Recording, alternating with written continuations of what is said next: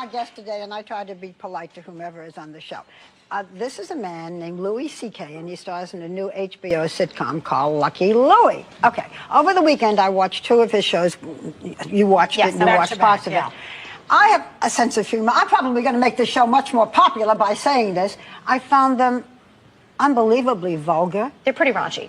And racist. I'm used to the F word. That doesn't bother me. I think I have a sense of humor.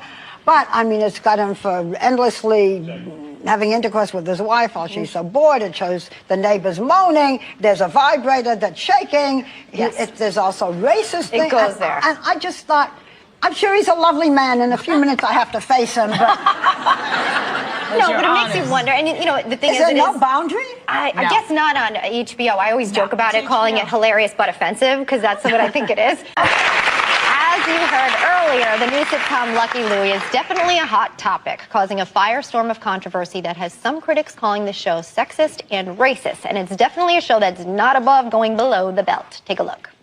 Kim, we can't afford another baby. But we always said we'd have 2 kids. We agreed when we had Lucy that we wouldn't make her be alone. Yeah, but not now. Do you know how much we have in checking right now? Negative $50. We have to raise $50 to be broke.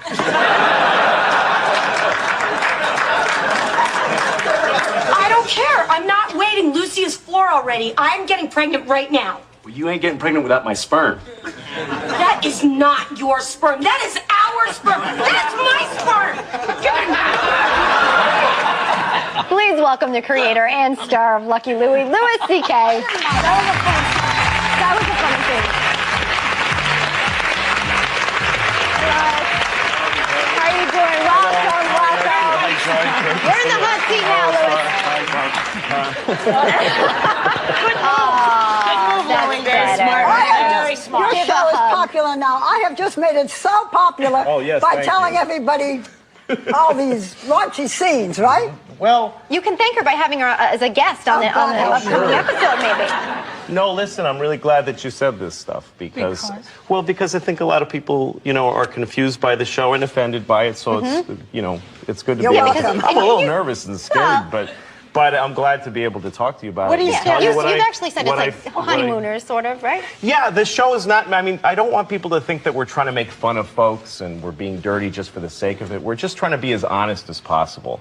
And we picked HBO so that people would know when they go there that it's a place where, you know, but at the same time, I know that HBO, once you buy it, it's just part of the flipping. So, you know, but all we're trying to do is be funny and unique and relatable. But let me ask you this, though. It's definitely it's very grown up. It can get very raunchy. What about the 7-year-old girl? girl? Grown up doesn't bother me. It's well, never mind. You and I we'll have lunch. No, and I think it's a good thing because no, it really is. Barbara, I felt the same way watching it. But my concern was that there's a 7-year-old girl who plays your daughter on the show. Does she hear all the stuff that goes on? Because I know she's not in a lot of the scenes where that talk goes on. Well, no, we actually shoot carefully so that she's not on the set when that stuff gets said. You put big earmuffs on her or something? Yeah, and she's in the show with us, but we are grown-ups live in the same houses as children. So, and grown-ups curse and grown-ups get mad at each other. Listen, I read Natalie Wood's biography, okay? They used to let that kid go in water. She was petrified of water. She used to do scenes in water. To me, that's much more dangerous for a child actor than hearing a few words, okay? You know what?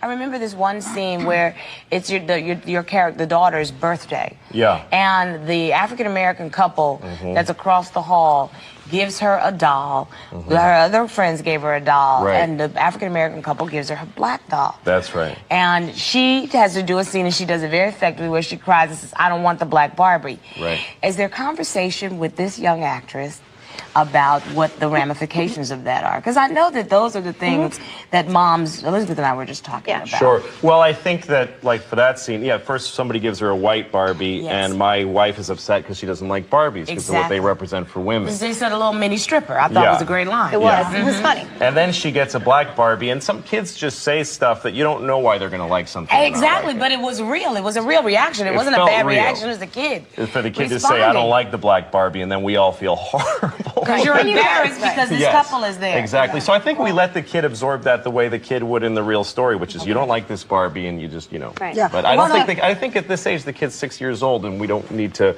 I don't want her to be race conscious or anything conscious. It's not up to me, though. I think it's up to her parents. Speaking of I hope the 6-year-old doesn't see the red vibrating moving when she's on the yeah. No, just keep her locked up somewhere else. I just thought I'd throw that into the real world. No, and as far as the race material on the show, the pilot sets up a situation which is real from my life, which is that we are raising my daughter in upstate New York. And there are zero anything but white people up there where we are. And so an African... Welcome to my world.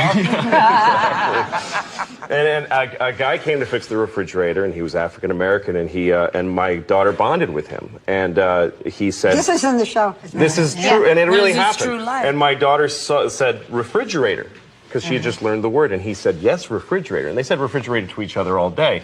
And then I took her to New York City, and the first black guy that she saw, she said refrigerator. And so right away I thought, my daughter doesn't have enough varied experience. That's cute. Well, it was true, and so this is the thing. In order for our next generation to mix and not think of each other in terms of race, adults have to have these awkward, hi, please be my friend because you're black things. It's just awkward, but it's... But it's just something tell we're her really when dealing she with. sees a chubby auntie star, don't say refrigerator. You know, She also likes to play. You do say to the, you know, I have no black friends, so please be my friend just because you're black. I do, and that's the way, I guess. That's the way. I mean, that's not true in my life. You know, a friend of mine, Chris Rock, is a friend of mine, and he lives in a nice neighborhood, and he's got a daughter, and he has trouble finding black friends for her and for his black daughter because he's in an area that's so it's something that we're all dealing with. We take care of that. You do take those situations and make them real. Doesn't your daughter? You have your 4-year-old, and she doesn't she like to play hide and seek, and you hate it? Oh yeah, well, she loves playing hide and seek, and I guess I find it annoying because she's awful at it. Like, when we play hide and seek, she tells me where to hide. She picks my hiding place, which is patently unfair. She's like, hide in the closet. And I'm like, but then you hide in the closet! You know, so I gotta go in the closet. How does your family feel about exposing them like this? I mean, we all My do wife loves the show, and my daughters don't watch the show. Most of the show is based on your relationship with... Yes, it is. Yeah, the 4-year-old you love and find interesting. The 1-year-old you think is, what, a lump? Well, the 1-year-old, I don't know nothing about her because she hasn't said anything yet. So there's nothing to really say. Are you concerned with how big you are as a dad? Oh, I'm Father's Day we just finished with now. Yes, well, I think I'm a pretty awful dad. And I think most fathers feel that way, that you're constantly... One time I was eating chocolates I wasn't supposed to be eating, and my daughter said, what are those? And I said, they're black tomatoes. Because I didn't want her to think I was eating... So now she thinks there's something called black tomatoes. Isn't that awful? It's awful. I think that's great. And you know that 1-year-old, if she's anything like you, she's going to have a ton to say, because you are very funny. And the show is very interesting. So you can watch it or not. It's up to you. Thanks to Louis C.K. When Lucky Louie was coming out and I was promoting it, I asked to do The View. And then I showed up, and the other guest was Fonzie, Henry Winkler. And, I mean, for me, it was just being there, I was like Barbara Walters. I grew up, and she was like Barbara Wawa, and she was, you know, the center of so much going on, and Arafat and all this stuff, you know. And then Fonzie. I mean, Jesus Christ. I was in, you know, like 4th grade, 3rd grade, when Fonzie was just the fucking king of the world to me. So here he is, you know, weird, not at all Fonzie. You know, hi. You know, it's not Fonzie. Oh, hi. Oh, that's nice. Like, it's not how Fonzie talks. And, but he's a great guy, and he knows Pamela Adlon, who played my wife on Lucky Louie, so he actually came over to my dressing room to say, oh, I love Pamela, and I love the show, it's dear, your show is dear, that's what he said, it's so dear, and I was, so that was great, and then I'm, all of a sudden the producer comes in my room and says, I have to talk to you. They're about to go on the air. You need to see this. And her hand was shaking on this remote. She turned on the TV on my, this is it's on live. And there's Barbara Walters saying, our first topic is about one of our guests who has a show called Lucky Louie. And this is the most offensive, racist, sexist, terrible show I've ever seen in my life. I can't believe this is on the air. I hate it. And they all started going to town on that. There's pictures of me and stuff. And I'm like, what the fuck? And I got to go out there. Yeah. And so she said, so we still want to try to do your funny stories. I'm like, no, I can't do the funny stories. You're fucking killing me out there. And I was shaking.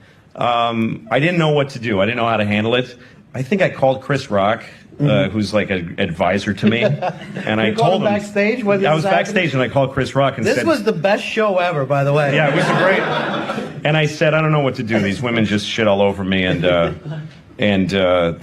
about to go out there." And he said, forget the women. You've got people who are watching at home. Just rise above it and talk to the audience. Fuck Barbara Walters. She doesn't matter. You're going to be on television right now. Nobody's even going to notice what show it is. They're just going to see you. And that was a wake me up. I went out there and I thought, I'm not talking to Barbara Walters. Her audience is more important than she is to me. And I love those ladies. And I know they'll like me.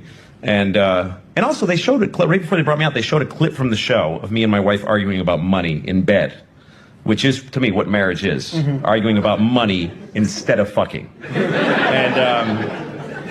And the clip really worked. And the audience laughed, and I thought, fuck her, I don't need her. And I went out there, and she made a big deal out of, Barbara Walters came over and hugged me when I first walked out. Like, oh, we're friends now. Like, oh, the rift is over. And when she did that, I realized, this is pure bullshit. She doesn't dislike the show. She wasn't offended. She's trying to get on the map.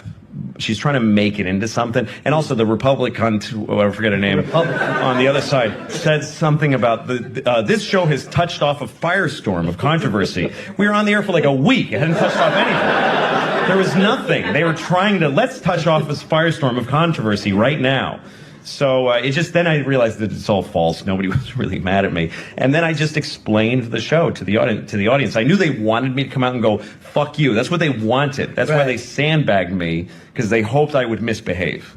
They thought I would come on and say, fuck you, you old bag. And she'd go, oh my goodness. And it would be all over the place. But instead I came out and said, listen, I thank you for bringing up these concerns, because I don't want people to think the show's here to offend anyone. It's just honest. And I went through the points of the show and why it was important.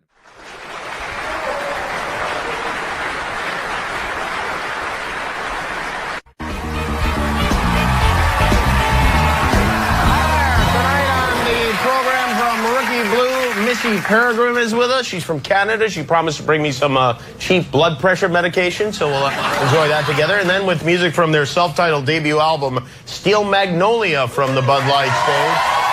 Tomorrow night we'll be joined by Jason Bateman from the Cincinnati Bengals, Dahani Jones, and comedian Hannibal Buress. And later this week, Shia LaBeouf. Kevin Nealon will be here, Green Bay Packers quarterback Aaron Rodgers, Dave Salmoni and his Terrifying Animals, and we'll have music from Parachute and 311. So join us for our first guest tonight is one of the funniest men around with an exceptionally funny show. The show is called Louie. You can watch it Thursdays at 10:30 on FX. Please say hello to Louis C.K.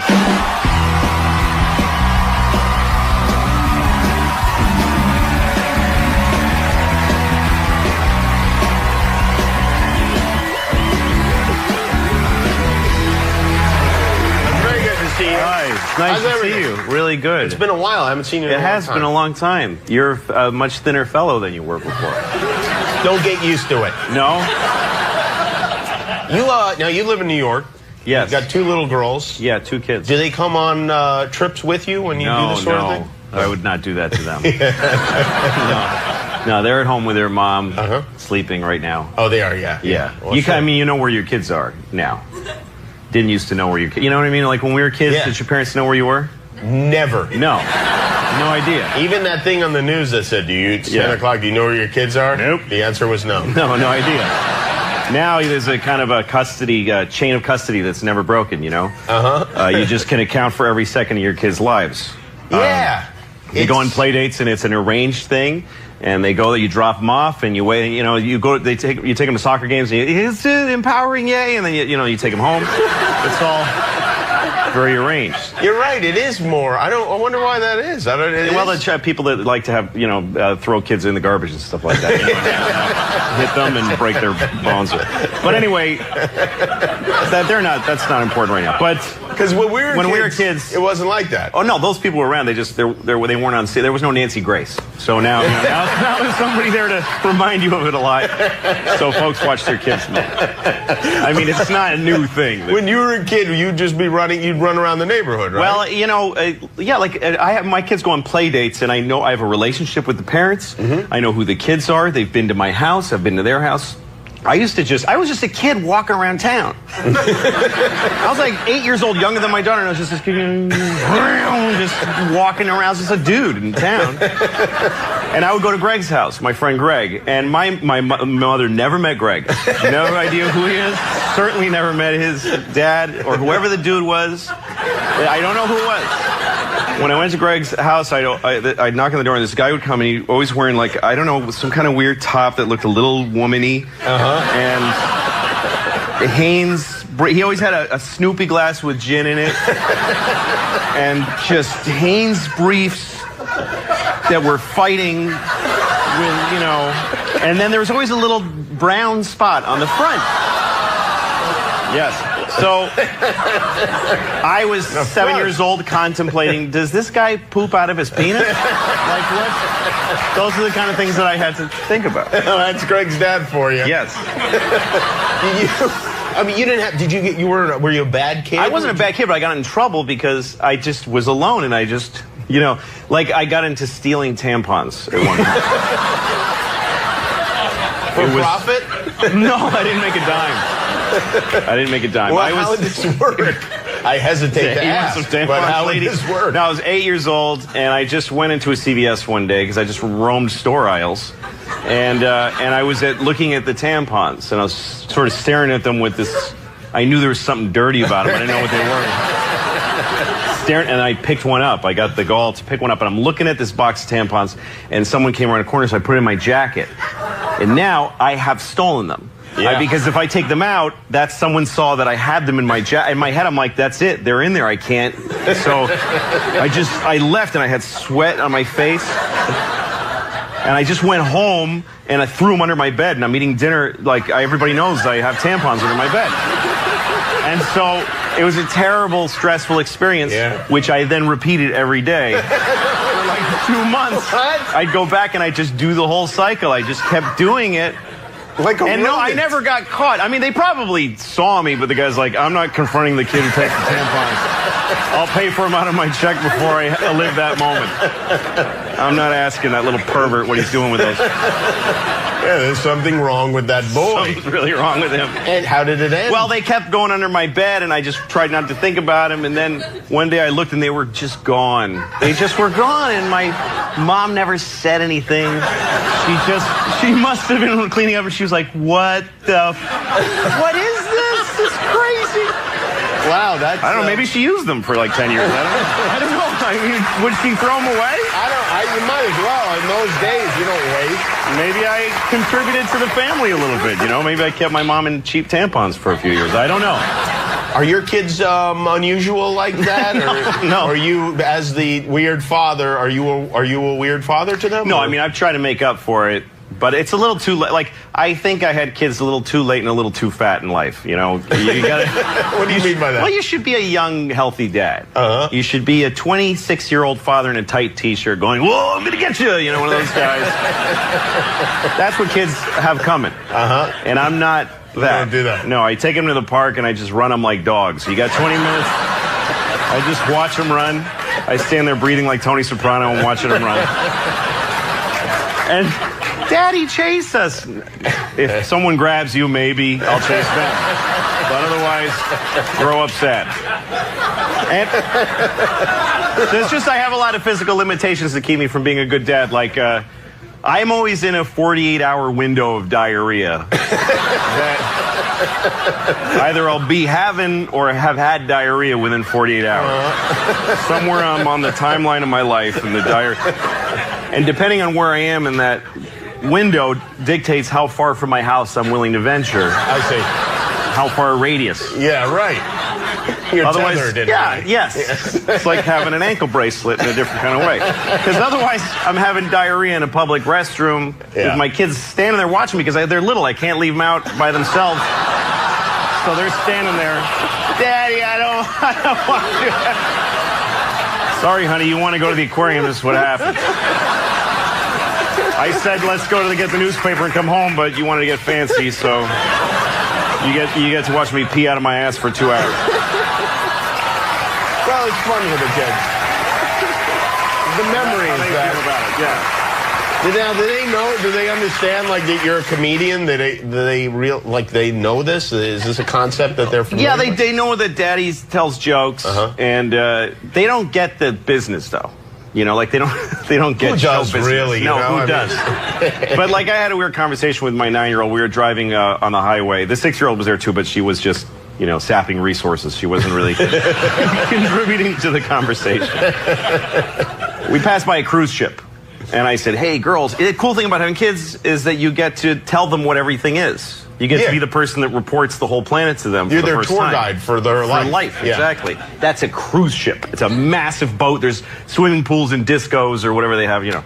So they got excited by the idea of a cruise ship. And I said, some comedians do shows on cruise ships. And they said, do you do that? And I was like, no. Here's the thing. Comedians have a mean hatred of cruise ship comics. Yeah. It's just a mean prejudice. We call them Bodaks. It's just mean. It's Bodak because they pander. We just think they're crap, and it's just something you just feel. It's like being born racist. You just believe it. You don't question it. It's just a thing in you. You might not even know. But yeah. So my daughter's like, have you ever worked on a cruise ship? I'm like, no. And she says, why not? Why wouldn't you want to be on a boat? And I'm like, well, that's a different kind of comic. She says, well, what's the different about him? Well, a cruise ship comic just tries to please everybody. And she's like, why wouldn't you want to do that? Of course. Isn't that what you want to do? Yes, but I see some things I say on stage might upset some people. Why would you upset people? That's a terrible thing to do. So, you know what? There might be some clarity there. I don't know. It is. You might want to rethink this. I might try the thing. cruise ships. Yeah. Well, by the way, first of all, I want to say the show is terrific. It's very funny. And Thank you. We're going to take a quick break here. Okay. We'll come back and talk about Louie. Louie airs Thursday nights, 10:30 on FX. Louie CK. We're right back. Can I help you? Yeah, I need condoms, sexual lubricant, Vagitine, and blueberries. Lubricant out 7, Vagitine out 3, next to the tampons, condoms behind the counter. Ain't got no blueberries. Thank you. That's Louie C.K. Show. Louie. It's on FX every Thursday night. Louie's with us. By the way, the show is, not only is it very funny, but the directing is great. I know you direct the show, too. I do, yes. It looks great. It looks like a movie out of the 70s. Thank you. That's You must perfect. be very pleased with the whole thing. I am. I love it. The movie out of the 70s is perfect. That's what I grew up loving and watching. How is the how is the second season different from the first season? Is it? Yeah, I mean, you know, I when I get bored of something, I just stop doing it, you know? So I didn't keep a lot of the same stuff. Like, we moved to a new apartment. It's a whole other, but there's no scene where it happened. I just stopped being in that one and started another one. Last year, I had one very constant character, was my brother, played by Bobby Kelly, who's a really funny guy, and he did such a good job. And this year, I just didn't feel like it, so he's gone. He's just gone. He's gone. I didn't kill him in an episode. It's like he never existed. But the great thing for him is in a way like Lost, where he could possibly come back. Yeah, right? he might, I guess. I'd have to have a good idea. I didn't have any ideas for him, so I just stopped this. He's not in the reality of the show anymore like he never was. So now I have 2 sisters. Right. And one of them, and none of this reflects my life. The show's all fiction, but the first episode this season introduces my sister as this character, and it's a big introduction. And it's the last thing we shot because I came up with it like right before we wrapped. So she's just gone. She just doesn't come. There's a whole thing where she comes and I love her. Gone. Never see her again. Really? Yes, and my neighbor comes and helps me, and he's a really nice guy, and the last thing he says is, remember who your neighbors are. And I go, yes, I would. And he's gone too. But really, because it seemed like you were going to then have a neighborly, friendly relationship. You'll never see him again. No, and last year I had this woman play my mother, and she was this crazy, horrible woman. My mother's a really nice person. So I just made up this terrible mother character played by this Mary Louise Wilson, really funny actor. And so we did the episode. And then later in the season, I wanted to do a flashback to my real mother, who was really nice, so I did that too. And so everybody was very confused. These characters are so insanely different. And the woman who played my mother as a young woman is a woman I date in another episode as just a whole other person. Because she was good at both parts. So I just don't care. It's an ensemble cast. Well, every episode just has its own goal. And if it messes up the goal of another episode, I don't give a shit. I just don't care. I like that. You're very fickle, and the hell with it. That's right. You know what? If any of you these don't like it, fire me. Yeah, that's right. It's a very Darwinist system television. No one should get too comfortable with anything. No, man. Not if the it actors stinks, on I'm set, gone. And No. not the viewers at home. That's right. Louis C.K., everybody. Louis has tonight at 10:30 on FX. We'll be right back.